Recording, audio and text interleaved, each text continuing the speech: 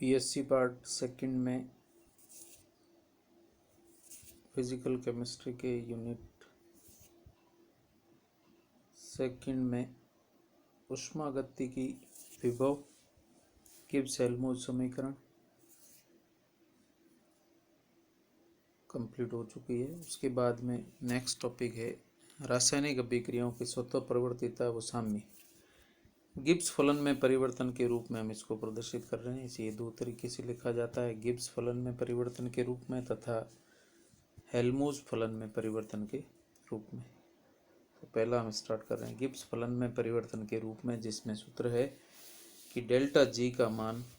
H minus T delta S के मान के बराबर या उससे अधिक होता है, जहाँ यदि डेल्टा जी शून्य है तो प्रक्रम साम्य प्रक्रम को प्रदर्शित करता है, और साम्य प्रक्रम के लिए डेल्टा एस का मान डेल्टा H अपॉन टी के तुल्य होता है, जहाँ टी साम्य ताप को प्रदर्शित करता है। तथा यदि सेकंड केस में यदि डेल्टा जी का मान धनात्मक है तो प्रक्रम प्रकृति में संभव नहीं होता है, अस्वतः प्रक्रम है। और यदि डेल्टा जी का मान ऋणात्मक है तो ये स्वतः प्रक्रम को दर्शाता है। संबंध व्युत्पन्न कैसे किया जाए उसकी प्रक्रिया हम प्रारंभ करते हैं। इसमें हम जानते हैं कि गिब्स फलन H माइनस टी एस के तुल्य होता है, अतः इसे हम H के स्थान पर E प्लस पी भी रखकर ऊष्मागतिकी के एंथैल्पी परिवर्तन के रूप में या एंथैल्पी के स्थान पर E प्लस पी वी रखकर समीकरण 1 के रूप में गिब्स फलन G equal to E plus P V minus T S प्राप्त करते हैं। इस समीकरण 1 का पूर्ण अवकलन करने पर dg का मान प्राप्त होगा, dg equal to D E plus P D V plus V D P minus T D S minus S D T, जिसमें पी वी और टी एस में से एक चर को p को स्थिर रखते हुए पहले v का अवकलन किया, फिर v को स्थिर रखते हुए p का अवकलन, इसी तरीके से t को स्थिर रख के d का, d को s का तथा s को स्थिर रख के t का अवकलन करने पर समीकरण 2 प्राप्त होती है। चूँकि हम जानते हैं कि ऊष्मागतिकी के प्रथम और द्वितीय नियम से टी डी एस बराबर होता है D E plus P D V, ये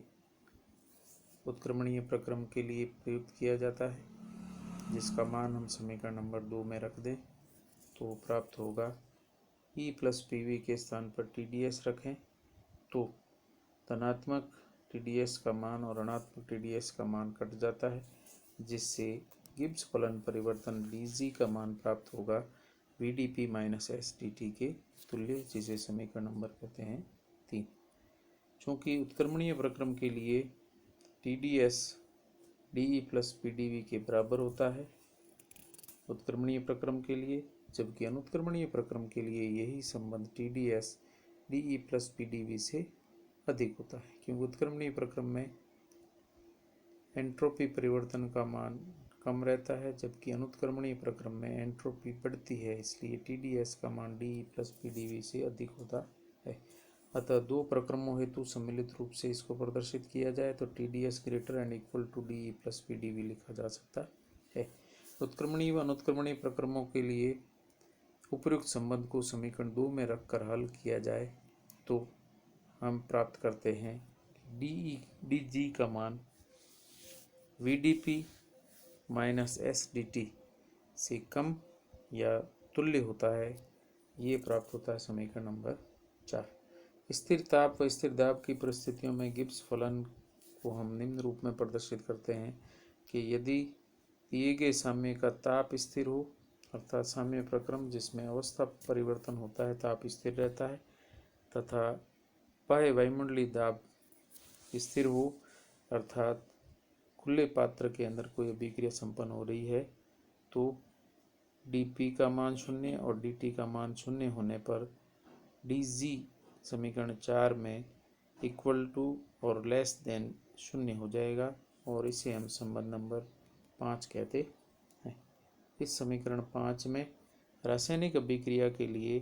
डेल्टा जी व डेल्टा एस के मान निश्चित होते हैं, अतः ताप के साथ डेल्टा जी का मान परिवर्तित होता है तथा ताप परिवर्तित करेंगे तो डेल्टा जी परिवर्तित होता है। इस समीकरण या संबंध की सहायता से हम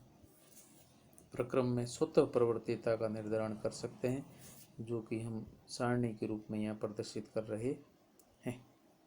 इस सारणी के अनुसार अलग अलग परिस्थितियाँ, अलग अलग प्रकार के प्रक्रम हैं, जिनमें 3 मान हम एक दूसरे के साथ जोड़ते हैं। डेल्टा एच, डेल्टा एस, इन दोनों के मान किसी एक निश्चित प्रक्रम के लिए या अभिक्रिया के लिए स्थिर होते हैं और इनके मान की सहायता से डेल्टा जी का मान ज्ञात किया जाता है। ताप में परिवर्तन के साथ डेल्टा एच व टी डेल्टा एस परिवर्तित होता रहता है, अतः इनके मध्य संबंध के अनुसार डेल्टा जी का चिन्ह परिवर्तित होता है और इस चिन्ह की सहायता से प्रक्रम की प्रकृति हम ज्ञात करते हैं। तो सारणी पर निर्मित करेंगे डेल्टा एच का मान सबसे पहले, फिर डेल्टा एस का मान दी गई रासायनिक अभिक्रिया प्रक्रम के लिए, फिर ताप में परिवर्तन के अनुसार डेल्टा एच और टी डेल्टा एस में संबंध, इस संबंध के अनुसार डेल्टा जी का मान परिणामात्मक मान कितना आता है वो प्रदर्शित करेंगे और उसी के अनुसार प्रक्रम की प्रकृति को हम प्रदर्शित करते हैं। पहला प्रक्रम हम लेके चल रहे हैं ऊष्माशोषी प्रक्रम। ऊष्माशोषी प्रक्रम के लिए डेल्टा एच का मान धनात्मक होगा और डेल्टा एस का मान ऋणात्मक, अर्थात दिए गए प्रक्रम में अव्यवस्था घट रही है, वो व्यवस्था में वृद्धि होती है। या डेल्टा एस के धनात्मक और ऋणात्मक मान हम चैप्टर के प्रारंभ में पढ़ रखे हैं, उनके अनुसार डेल्टा एस यदि ऋणात्मक है तो इन दोनों ही परिस्थितियों के अंदर डेल्टा एच व टी डेल्टा एस में संबंध प्राप्त होगा, जिसमें कोई भी ताप प्रदर्शित किया जाए सभी परिस्थितियों के अंदर चूँकि टी का डेल्टा एस से गुणा हो रहा है और चूँकि टी डेल्टा एस का चिन्ह ऋणात्मक है, अतः डेल्टा एस का मान रखने पर टी डेल्टा एस का गुणनफल प्राप्त होगा धनात्मक। ऐसी परिस्थिति में ऊष्माशोषी प्रक्रम के लिए डेल्टा एच का मान धनात्मक और टी डेल्टा एस का मान भी धनात्मक हो जाए तो परिणाम के रूप में डेल्टा जी का मान हमेशा धनात्मक होता है। इस प्रक्रिया को हम दिए गए सूत्र की सहायता से ज्ञात कर सकते हैं, जिसमें डेल्टा जी होता है delta H minus T delta S के। अगर डेल्टा एस ऋणात्मक है तो माइनस टी से गुणा करने पर ये पूरा प्रक्रम धनात्मक हो जाएगा और चूंकि डेल्टा एस पहले से ही धनात्मक है तो जब दोनों पदों के मान धनात्मक है तो डेल्टा जी भी धनात्मक होगा। और अगर डेल्टा जी धनात्मक है तो ताप की सभी परिस्थितियों में अस्वतः प्रक्रम होंगे और ऐसे प्रक्रम प्रकृति के अंदर कभी संभव नहीं होंगे। और लेकिन ऐसे प्रक्रम दी गई परिस्थितियों में अग्र दिशा में तो संभव नहीं होंगे, लेकिन प्रत्येक दिशा में संपन्न हो सकते हैं। अब हम ले रहे हैं इसका सेकंड प्रक्रम, जिसके अनुसार अगर डेल्टा एच का मान ऋणात्मक है, अर्थात दिया गया प्रक्रम ऊष्माशोषी है, तो हम इस संबंध को प्रदर्शित करें delta G equal to delta H minus T delta S. इसके अनुसार यदि प्रदर्शित किया जाए तो ऊष्माक्षेपी प्रक्रम में चूँकि डेल्टा एच का मान ऋणात्मक है और डेल्टा एस का मान यहाँ पर धनात्मक दिया गया है, तो डेल्टा एस यदि धनात्मक रखा जाए तो माइनस टी डेल्टा एस से गुणा करने पर यह प्रक्रम या पद ऋणात्मक होगा। ये पद भी ऋणात्मक है तो डेल्टा जी सभी ताप की परिस्थितियों में ऋणात्मक होगा और अगर ऋणात्मक है तो सभी ताप की परिस्थितियों में प्रक्रम हमेशा स्वतः प्रक्रम होगा और ऐसे प्रक्रम प्रकृति के अंदर आसानी से संपन्न होते हैं। लेकिन यदि डेल्टा एच का मान ऋणात्मक और डेल्टा एस का मान धनात्मक है तो ऐसी परिस्थिति में उपयुक्त संबंध के अनुसार यदि देखा जाए तो यदि डेल्टा एच ऋणात्मक है और डेल्टा एस भी ऋणात्मक है तो ऐसी परिस्थिति में माइनस टी डेल्टा एस का माइनस से गुणा करेंगे तो ये चिन्ह हो जाएगा प्लस, अर्थात डेल्टा एच धनात्मक और डेल्टा एच ऋणात्मक तथा टी डेल्टा एस का पद धनात्मक होने के बाद अब डेल्टा जी का चिन्ह निर्भर करता है इन दोनों में। डेल्टा एच और डेल्टा एस स्थिर है, लेकिन टी का मान परिवर्तित होने के साथ डेल्टा जी टी के मान पर निर्भर करेगा। पहली परिस्थिति में यदि डेल्टा एच का मान टी डेल्टा एस से ज़्यादा है, चूँकि डेल्टा एच और डेल्टा एस कांस्टेंट है, इसलिए टी यदि कम होता है या ताप निम्न है तो निम्न ताप की परिस्थितियों के अंदर टी डेल्टा एस का मान कम होगा और डेल्टा एच का मान ज़्यादा होगा। तो चूंकि डेल्टा एच का चिन्ह ऋणात्मक है, इसलिए परिणाम के रूप में डेल्टा जी का मान ऋणात्मक प्राप्त होता है। और चूंकि डेल्टा जी ऋणात्मक है तो ऐसी परिस्थिति में साम्य ताप से कम ताप पर प्रक्रम स्वतः प्रक्रम के रूप में प्रदर्शित होगा, जहाँ पर टी साम्य ताप को प्रदर्शित करता है। लेकिन यदि डेल्टा एच और डेल्टा एस के दोनों के चिन्ह ऋणात्मक होने के बाद यदि डेल्टा एच का मान टी डेल्टा एस से निम्न है या कम है, ऐसी परिस्थिति में उच्च ताप पर ये संबंध प्राप्त होता है। और इसमें चूंकि टी डेल्टा एस का मान अधिक है, जिसका कि चिन्ह धनात्मक है, इसलिए डेल्टा जी का मान भी क्या होगा, धनात्मक। और अगर डेल्टा जी धनात्मक है तो हम जानते हैं कि गिब्स फलन धनात्मक होने पर साम्य से उच्च ताप पर ऐसे प्रक्रम हमेशा स्वतः प्रक्रम होते या अस्वतः प्रक्रम होते हैं। इसी तरीके से अभी हम नेक्स्ट चिन्ह ले रहे हैं कि डेल्टा एच व डेल्टा एस दोनों के चिन्ह यदि धनात्मक है तो ऐसी परिस्थिति में क्या प्रक्रम बनता है। यदि डेल्टा एस एच धनात्मक है और डेल्टा एस ये भी धनात्मक है, तो ऐसी परिस्थिति में टी डेल्टा एस का पद ऋणात्मक हो जाएगा। चूँकि टी डेल्टा एस और डेल्टा एच के चिन्ह अलग अलग है, इसलिए अब भी प्रक्रम ताप पर निर्भर करता है। पहली परिस्थिति में यदि उच्च ताप है तो डेल्टा एच की तुलना में टी डेल्टा एस का मान अधिक होगा, और चूंकि टी डेल्टा एस का चिन्ह ऋणात्मक है, टी डेल्टा एस का चिन्ह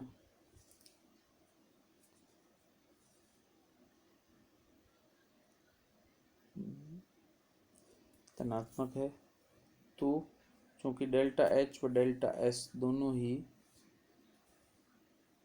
ऋणात्मक चिन्ह के रूप में दिए गए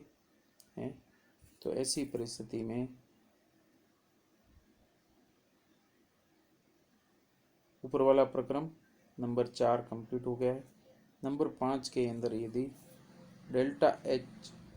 का मान टी डेल्टा एस से अधिक है तो डेल्टा जी धनात्मक होगा, और ऐसे प्रक्रम साम्य से निम्न ताप पर डेल्टा जी धनात्मक होने के कारण अस्वतः प्रक्रम की श्रेणी में आते हैं। इसी तरीके से यदि संबंध 6 के अनुसार डेल्टा एच और डेल्टा एस धनात्मक है, लेकिन डेल्टा एच का मान टी डेल्टा एस से कम है, तो डेल्टा जी ऋणात्मक होगा, और ऐसी परिस्थिति में साम्य से उच्च ताप पर प्रक्रम स्वतः प्रक्रम के रूप में प्राप्त होगा, जबकि साम्य प्रक्रम टी साम्य ताप को प्रदर्शित करता है। दो अंतिम परिस्थितियों में यदि डेल्टा जी व डेल्टा एस के चिन्ह समान हैं, चाहे दोनों माइनस हैं चाहे दोनों प्लस हैं, लेकिन यदि डेल्टा एच और टी डेल्टा एस आपस में बराबर है तो डेल्टा जी शून्य होगा या 0 होगा, और ऐसी परिस्थिति में दोनों प्रक्रम साम्य प्रक्रम को प्रदर्शित करते हैं। तो इस तरीके से टोटल 8 ऐसे प्रक्रम हैं जिनमें डेल्टा एच व डेल्टा एस के भिन्न भिन्न मानों के साथ प्रक्रम की स्वतः प्रवर्तिता का निर्धारण होता है। स्वतः प्रवर्तिता डेल्टा जी के मान पर निर्भर करती है। यदि धनात्मक है डेल्टा जी का मान तो ऐसे प्रक्रम संभव नहीं होंगे, और यदि ऋणात्मक है तो ऐसे प्रक्रम संभव होते हैं। समीकरण के से संबंधित अगर प्रश्न है तो उसमें क्वेश्चन 1 दे रखा है 238 पेज नंबर बुक में। 0 डिग्री सेंटीग्रेड पर 5 मूल बर्फ को जल में रूपांतरित करने पर तंत्र में आई एंट्रोपी परिवर्तन की गणना करनी, और तंत्र में एंट्रोपी परिवर्तन की गणना करने के लिए आपको बर्फ के गलन की गुप्त ऊष्मा 334.72 जूल प्रति मोल दी गई है। सर्वप्रथम हल करने से पूर्व चूंकि हम जानते हैं कि जल का गलन ताप 0 डिग्री सेंटीग्रेड है, जिसे केल्विन में परिवर्तित करने के लिए 273 जोड़कर इसका केल्विन में मान हम प्राप्त करते हैं 273 केल्विन। यहाँ पर केल्विन प्रतीक में के बड़ी एबीसीडी में लिखा जाता है। साम्य में चूंकि बर्फ जल में परिवर्तित हो रही है, गलन साम्य है, इसे फ्यूजन साम्य भी कहते हैं कि बर्फ ठोस अवस्था में और जल द्रव अवस्था में है, और चूंकि यह दोनों प्रक्रम या अवस्थाएं एक दूसरे के साथ टीएफ ताप या गलन ताप पर या 273 केल्विन ताप पर साम्य में रहती है। इसके साथ ही प्रश्न में आपको 5 मूल बर्फ के दिए गए हैं, तो n का मान हम 5 मोल मानकर प्रश्न को हल कर रहे हैं। इसमें गलन की गुप्त ऊष्मा वैसे तो LF के रूप में लिखी जाती है, लेकिन डेल्टा HF में परिवर्तित करने के लिए हम m से गुणा करते हैं। लेकिन यहाँ पर चूंकि नाम तो गलत की गलन की गुप्त ऊष्मा लिखा है, लेकिन चूंकि मात्रक में प्रति मूल दिया गया है, अतः यह गुप्त ऊष्मा वास्तव में मूलर एंथैल्पी परिवर्तन या मूलर गलन एंथैल्पी परिवर्तन मानी जा सकती है या मानी जाती है, जो 334.72 जूल प्रति मोल के बराबर है। समीकरण से, जिसमें अवस्था परिवर्तन के लिए एंट्रोपी परिवर्तन डेल्टा एस का मान, फ्यूजन के लिए डेल्टा एस एफ बराबर n into delta H F upon T F, जहाँ पर n दिए गए पदार्थ के मोलों की संख्या जो कि 5 मानी गई है या 5 है, डेल्टा एच एफ ये मोलर गलन एंथैल्पी या फिर इसको हम गलन की गुप्त ऊष्मा प्रति मोल मानते हैं, टी एफ जल की गलन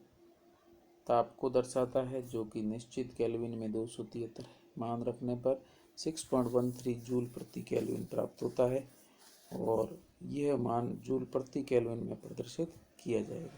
यदि इसे प्रति मोल ज्ञात करना है तो इसमें 5 का भाग देंगे, क्योंकि 5 मोल के लिए मान इतना प्राप्त हो रहा है, तो 1 मोल के लिए 1.225 जूल प्रति केल्विन प्रति मोल प्राप्त होता है। अर्थात 0 डिग्री सेंटीग्रेड 5 मोल बर्फ को जल में रूपांतरित करने में आई एंट्रोपी परिवर्तन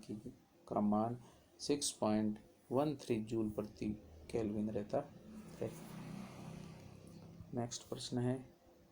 कार्नो इंजन को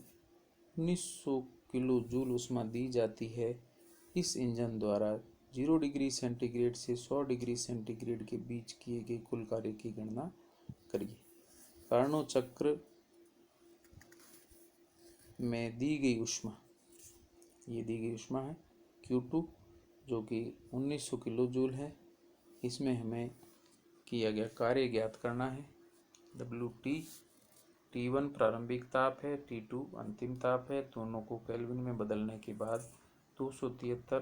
T1 और 373 T2 केल्विन में प्राप्त होता है। कार्नो चक्र की दक्षता का सूत्र है eta equal to Q2 upon WT, या हम ताप में परिवर्तन के रूप में T2 minus T1 upon T2 लिख सकते हैं। चूँकि इसमें WT ज्ञात करना है तो हम Q2 और T2 minus T1 upon T2 को पुनर्व्यवस्थित करके निम्न संबंध प्राप्त करते हैं। इसमें मान रखने के बाद हल किया जाए तो 509.38 किलो जूल कार्य प्राप्त होता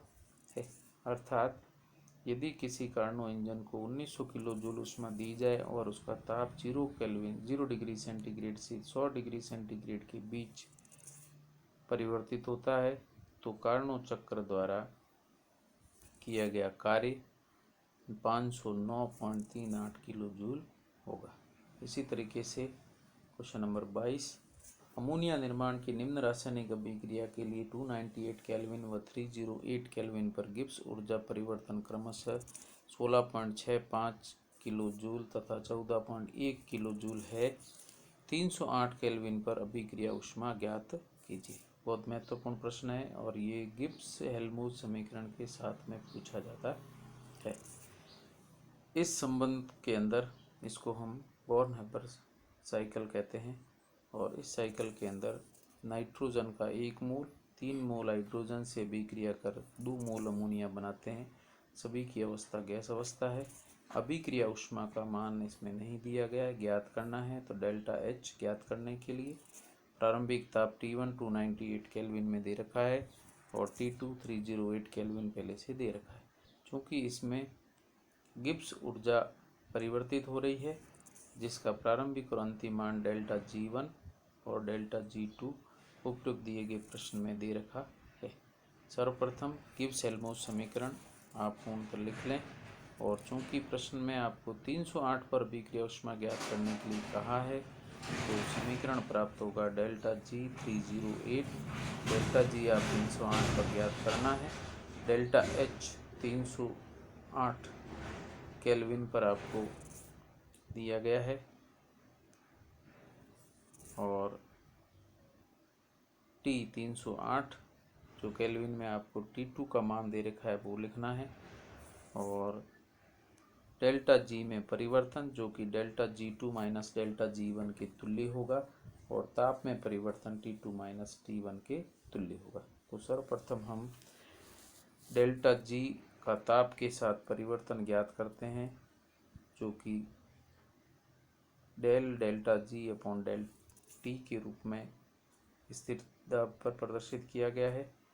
प्रश्न में दिए गए मान रखकर हल करने पर इस पद का मान ऋणात्मक 0.255 किलो जूल प्रति केल्विन प्राप्त होता है। अब इसमें मात्रक अच्छी तरह से रखना,